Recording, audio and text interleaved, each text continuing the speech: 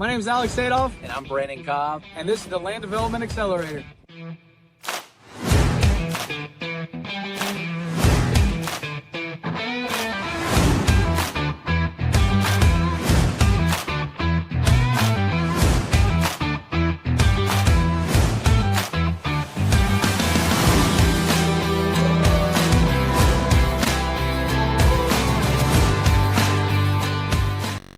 Good spot to talk. Oh, yeah. Okay, awesome. Guys, this is Scott Davis. As I was telling you, he was a council person for 8 years here in the Davidson County area. I'm pretty sure he approved more rezones for development than any other council person, that he might be able to speak a little bit more to that than I can. And, he's since gone and retired being the council person for his district. And now he focuses on doing land rezones and land entitlement. So he's the perfect guy to talk to on how to approach the members of the council or the planning commission on how to speak in terms of their interests. I think this is going to be a really good conversation today. Scott, welcome, man. It's good to have you. Yeah, it's good to be here. Thank you for having me. Yeah, this is fun. So tell us, how did you go about getting into the position that you did for council member? Like, what made you want to do that, and how did you get into it? Well, at the time, I'm from Nashville. I moved back home around 2007. And, I'm living in East Nashville. And, back there, a lot of us know that out east, since I was a kid and 3 years, it was kind of rough. I had a lot of potential, but it was kind of rough. And I became co-chair of my neighborhood association in Cleveland Park. And it was just funny. My daughter was like, there's all this stuff going on. She says, why don't I do something about it? And then I'm like, well, maybe I should. And that's how it got started. But one of the things about my area, and I got elected in 2011. The Nashville was starting that change, that boom, but a lot of people are being left out in my area because a previous council member downzoned everything to RS5. I mean, we had car lots, we had old factory buildings, and like, why can't we get rid of some of this blight? And then the owners were telling me, well, I'm zoned to RS5, so I can be nothing but a tire shop or a record yard, or I can only be what I'm able to be because you guys downzoned my property years ago. I'm like, well, let's fix that. And also what I learned, like I was telling you the other day when we had coffee, to get rid of blighted drug houses in North 2nd, I would upzone it for two-family housing or RM20 zoning, because to get rid of old crack house, a high-end zoning and a developer with a bulldozer works pretty well. Yeah, I'm not it does work really well. I'm not Superman, so I can't stop certain things, but that prevented and cleaned up a lot of stuff. So that's kind of how I got started in this and learned about zoning and pushing the envelope just a little bit when trying to zone to get rid of blight. But Well, what's it like running for council? Like, what did your campaign look like? What were like the inputs that led to the outputs of you getting elected? most importantly, I didn't have all the answers, but people knew I cared. And one thing, I treated everybody the same. Like, I was pretty pro-density and pro-development, but I would let the average citizen develop their property. I wouldn't just let the bigger guys. And I would let a lot of the small business people, like yourself, Brandon, do the same thing. Like, if I approved a project for Bell Construction and their folks, I'm going to do the same thing for you. And so that's how you avoided a lot of trouble. And also letting people that are from the neighborhood you know, do the same kind of houses. And I was the first one to bring DADUs, the detached accessory dwellings, to Nashville. It started in my neighborhood. I did the first DADU overlay. It was a lot of work, and it's funny, a lot of the neighbors didn't like the idea. But then after about a year or so, the same people that were against it started building DADUs because they figured out they got it instantly after it passed. So I wanted everybody to participate in this new development in Nashville. Not just small business people, not just the big guys, but the everyday person in my neighborhood. You can build a dadu and you can lease it out and they can pay your mortgage. So I'm like, if you're going to be pro density, are you going to be pro development? Do it for everybody, not just for your money or not just for the people with the money. Do it for a little guy like yourself too.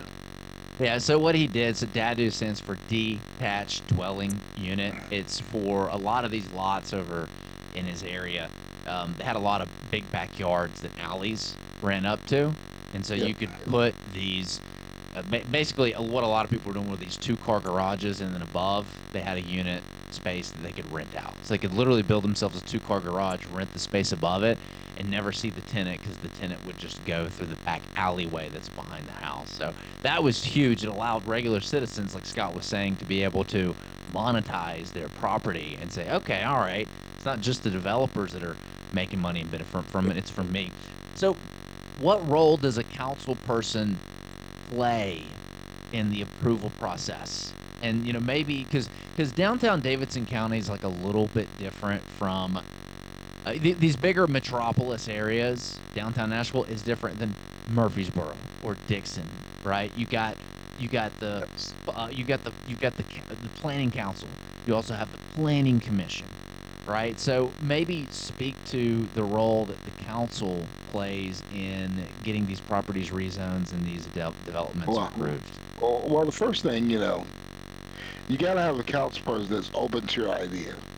So before you submit anything, it's good to have a conversation with the council person. And they'll give you some guidance, like, nah, my area doesn't want this, or no, we don't want any more apartments. After you talk to the council person, they contact the planning staff. The planning staff are they going to ask you right away, did you talk to the council person? And then you're going to say yes. And then you'll do a pre-meeting or do a pre-application with planning. And during this whole time, the council person is going to give you advice. Like, this is a neighborhood, and most council people require you to do a neighborhood meeting.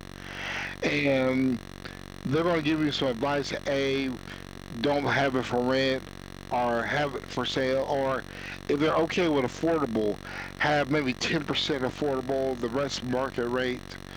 And it's a little bit of a long process because once you get the council person's blessing, and then once you go to planning, you got to go to the planning commission first to get planning's approval. After that, it goes to council. So no matter what, you need the council person's blessing, because you can get approved in planning all you want, but the council person is not for you or not in support, it dies. You wasted money and time.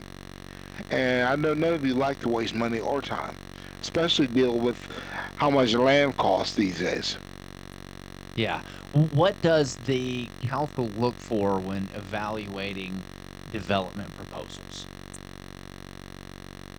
Good space. Like they look for mostly, um, you gotta have a good site plan, good engineering, as low as impact as possible. Like, if you have a larger development, you need multiple ways in and out so you keep traffic flow coming. Maybe some nice amenities, some sidewalks, and maybe a playground or two or something. It all depends on the area. And they want the least impactful project as possible. Sometimes that's hard, but then you would have to probably help the neighborhood, like doing more sidewalks than you thought. Like, hey, I know they're gonna let me do 30 units, but if I do 50 units, and include some additional sidewalk and some additional amenities for the neighborhood nearby, could I get more units? And sometimes that works out. Yeah. So, I'm just trying to figure out how to ask this. Like, what ways, give me an example. I'm curious if you've had a past example of maybe a developer that really stands out, that was able to speak in terms of your interest, to get you really excited about project. What did they do differently than other developers, and how did they package their opportunity differently? Well, is Greg Ficelli on the line?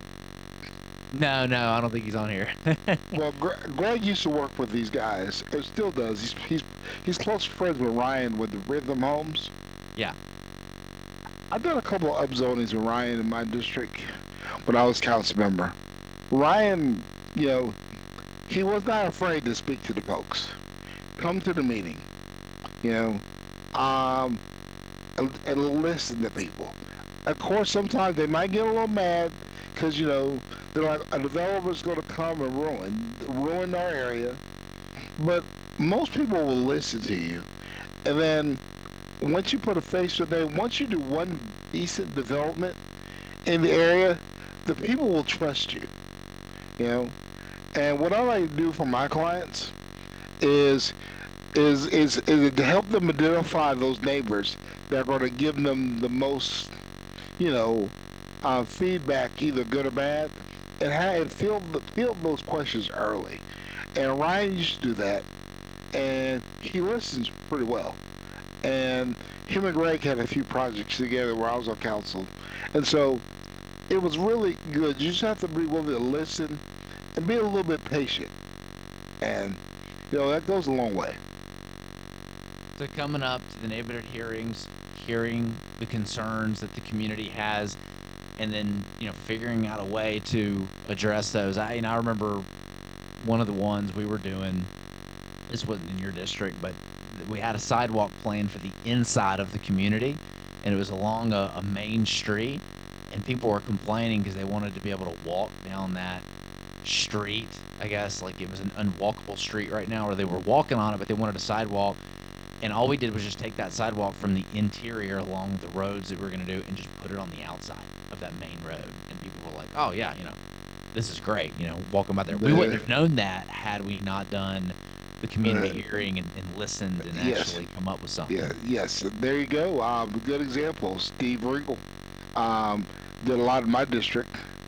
I went there. I vouched for Steve with another council member that I know.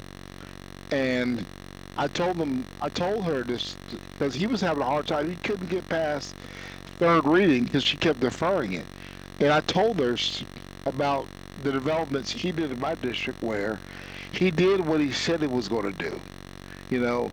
And if he's going to say he's going to build the new side like he did one for Schwab Elementary in my district, and you know, and I showed him what he's done, and that he's a man of his word, and he has good character, and he's willing to help the community, and it was worth that signage, that little bit of money for that signage and fixing small problems.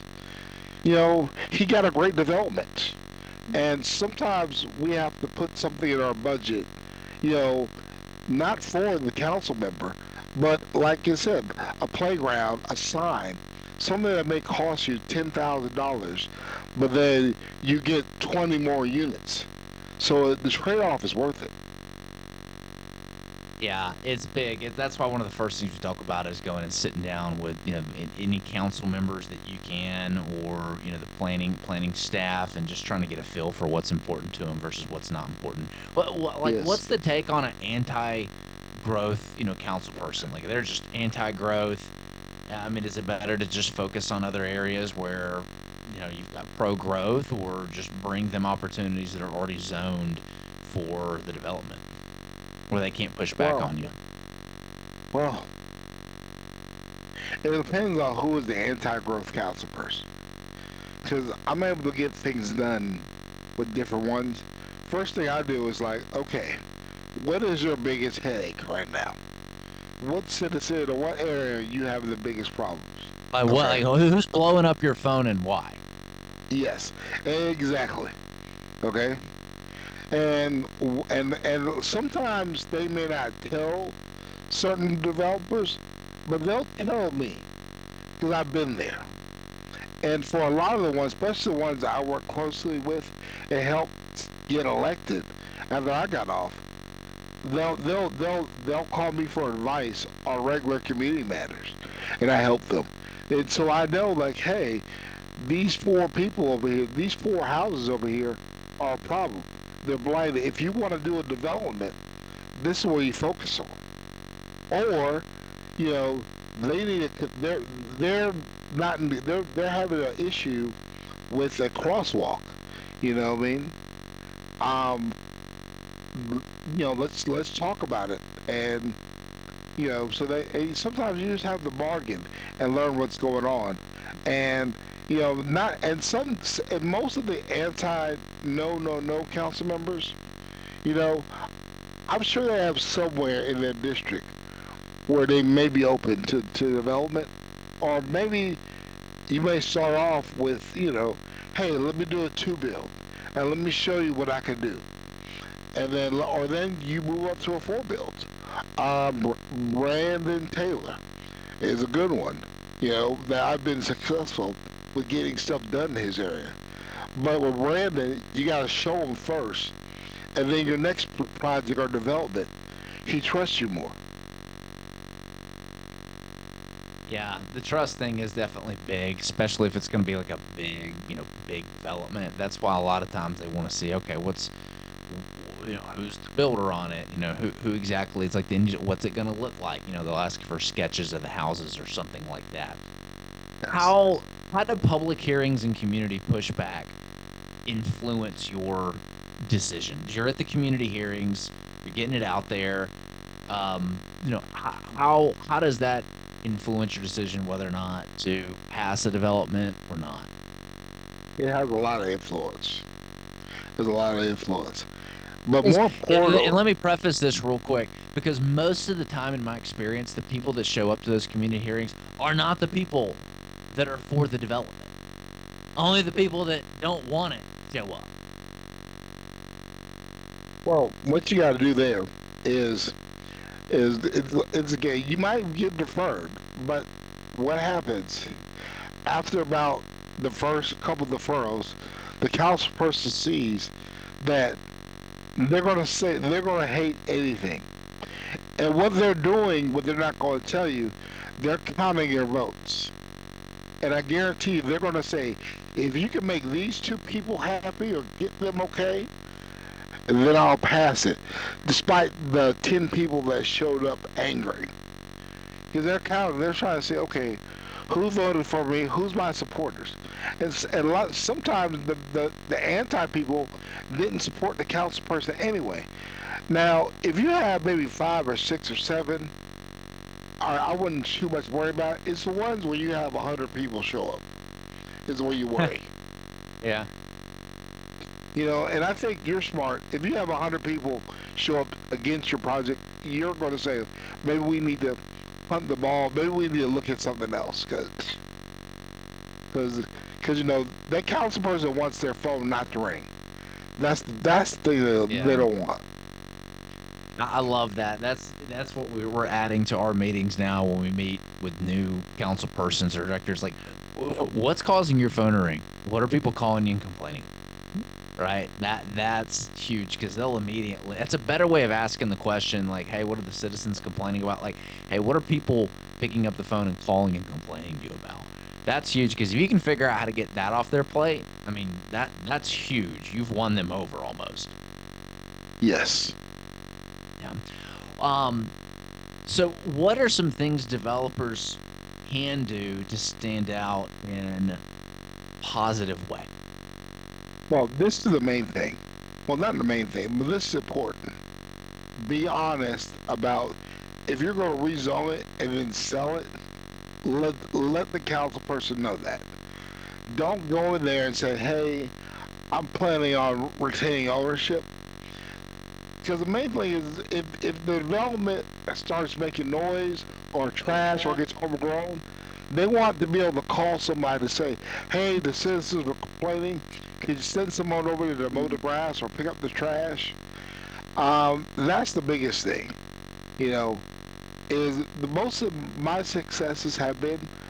I've done a few. I've done definitely some where they've sold it after they got the entitlements, but we were honest up front. We had to do a little bit more work, but that was okay. But if you're going to keep it and see it through full development, um, you have a good advantage because then they can call you if there's a problem. If they have questions, the people know, like, hey, that's Brandon. Brandon's going to see it all the way through to the end and then sell the houses or the condos individually. So I know there's a problem. Brandon came to my community meeting and he told me if anybody is doing anything weird out there or one of his contractors are doing something or blocking the street and you can't get out, I can let Brandon know and Brandon will fix it for me. Yeah, get it off their plate. They know who they're dealing with. Yes. No, it makes a lot of sense. What are some of the most common reasons that you see rezones or entitlements fail? Well, so most of the time it's because somehow the developer has offended somebody in the community that the council person can't afford to have offended. Or the developer tried to buy some land and was knocking on random doors, and and people were like saying, "That's the same guy that tried to buy my house for under market value," you know.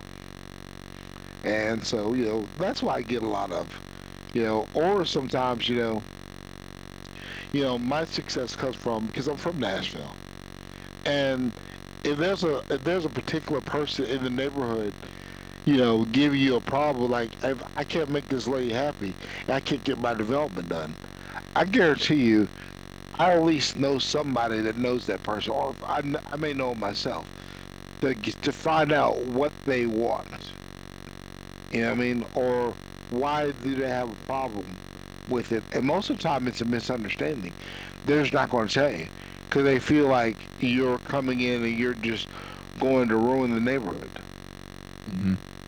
And what have you heard developers say that has really done a good job and been successful in combating because that objection happens every time. They're going to ruin the neighborhood. Yes. How do Yep. you see successful developers handle that? All right. What I've done in the past, I've set up separate meetings with the citizen and that group of citizens and the developer, and I want to like, okay, let's have it out. Why do you think Brandon? I'm sorry to pick on you, Brandon, but why do you think Brandon's going to ruin your neighborhood? Well, this guy, they're mad about a previous developer, and then I say, well, we can put that in the SP or the document that he can't do that, or, you know, that's against the law if he does this. And if another developer did that, I mean, I hate to say it, I've reported other developers when they've done something that they weren't supposed to do. You know what I mean? And it makes them feel better. We can move them to a spot where they're neutral and they're no longer showing up. You won. So you'll even set up individual meetings because, yeah, that's their voters that they're dealing with. Like, they don't want to lose the votes, Absolutely. Yeah. So, okay, that's interesting. I haven't done a meeting with an individual person. We've definitely met outside after the hearings with the people that didn't want want the community and tried to kind of reason with them and be like, hey, what's the problem? We had one lady that had a horse farm next to it, and she was concerned about the horses' psychological well-being because of the machines and the equipment. I think it was like a horse rehabilitation place for something had happened in the horse's life, and so she was at the farm like rehabilitating him, and like she had a really big issue with that. Vigif, do you remember how we handled that one? Were we successful in that at all? That's the one that sticks out to me. Yeah, I told her that when I'm done with my development, I'll buy hers. I'll buy her land, and then we'll get her on another farm. So, and then it was her and the other neighbor, and really what it came down to, they wanted a free fence, and we just put a fence up for them, up along their property, and that solved it. There you go. Wow. It was just like got it down to the, yeah. So it was just quick, easy fence. We put the fence up, and it was done. We had no more issues, and they were singing our praises. It's that easy sometimes, just a fence. Yeah, because she was going around with like a petition and putting stuff on people's doors, going, "Hey, they're bringing duplexes to the neighborhood. This is going to be Section 8 housing. It's going to import a bunch of crime into the neighborhood." Yeah. Basic laws, basically. Like those are my favorite. Those are my favorite neighbors. Oh yeah, man. But yeah, all she wanted was a fence. I wish I could have met with her before all that, because man, she raised a real stink. So, what do you wish developers understood about the political side of entitlements and rezoning? Patience. Yeah, well, that's built into the business. Yes, and also, you gotta understand that everybody thinks that you're gonna come in and make millions of dollars. They don't understand the work that goes through, the entitlements, dealing with the bank, all the fees you have to pay, and all the calculations. If you're off just a hair, it can ruin you. I've seen it happen. Me and some partners, we had a development on Pennock Avenue, and we sold it successfully, and after we got all the entitlements and all the permits done, but it was a struggle. We had some sleepless nights, so they don't see that part. I've been at both ends. I've been the neighborhood association president that's skeptical of your intentions. I've been the council person on the other side, and I've also been the developer, so I've seen all sides. Yeah, you've got a very unique perspective. What surprised you the most when you kind of retired as council and became a developer about the development business? All the hidden costs. All the hidden fees. Your stormwater fees. I mean, I've seen them and I knew about them. But paying them, and then dealing with your inspectors, it's a different ballgame. I mean, you see why, this is why they need that density. Because there's all these small hidden costs in there. Also, I realized why there's not as much affordable housing as we could have. Because there's a lot of cost, and people think, well, they're being cheap. My land is worth $300,000, but he can only pay $175. Well, all these little costs in there, that's all he can pay.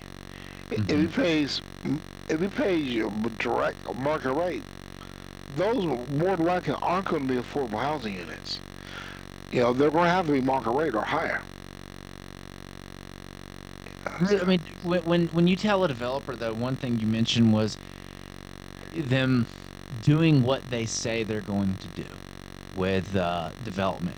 We ran into a situation when like interest rates went up. We'd planned on building a lot of these houses, and we'd told the city ourselves, like, hey, we're going to build these houses. That was our intention. Then rates went up, and houses weren't selling, and we just had to sell the lots. Just let another national develop and build the lots out themselves. And, we caught a lot of flack for that, because to them, it looked like we lied to them. So, like, how does a developer navigate those relationships with the city when those unexpected black swan events like COVID or the historic interest rate rise, like that kind of stuff happens? Because it's business. You know what I mean? You gotta make good business decisions. Otherwise, you're not in business anymore. But that can Well, conflict with your promises sometimes. what I've done in the past is I've had a couple of developers that happened to. I had them contact the council member and go back to the neighborhood and say, hey, it was not my intention, but I'm human. And interest rates went up, and it killed the development, and I can no longer build it.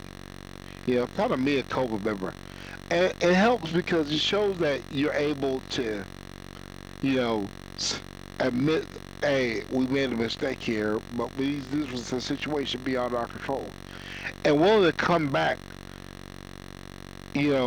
not just asking for entitlements, but willing to come back and be like, hey, you know what I mean? Or if you know you're gonna be doing a lot of work in a certain area, pop into the association just to visit. You know, When you say association, we mean like the neighboring. The neighborhood association. Gotcha, the neighborhood association. Okay. Yeah, just pop in or check, or even that citizen that told you no, but you got your development done. Call them and be like, hey, Mrs. Jones, I know you didn't really want it, but I'm making sure my guys and my folks on the site are doing what they're supposed to. Have you had any problems? Kind of be proactive. Yeah. Yeah, it's really getting involved in the community. That's a big part of it, especially if you got a big development that's going to impact things. Is going in and that's what we did when we had an area where we were getting a lot of rezones done and creating a lot of density and doing a lot of neighborhoods. Is like we got in there and tried to listen to as many people as possible. Went to the local bee festival and I figured what it was the honey event and just showing up sometimes to those local events, just showing face. We literally just set up a tent and a table and had some pictures of the community and we had a little raffle. And I was surprised. I talked to maybe 20 people total, and which was surprising. You don't see a developer at a local little event like that. People came up and talked to us, and all the city officials were there. And they all saw us there, and they're like, "Oh, okay, all right." They're showing up. Sometimes it's that easy to get some support. You just got to show up. Yep, you got to show up and show face to it.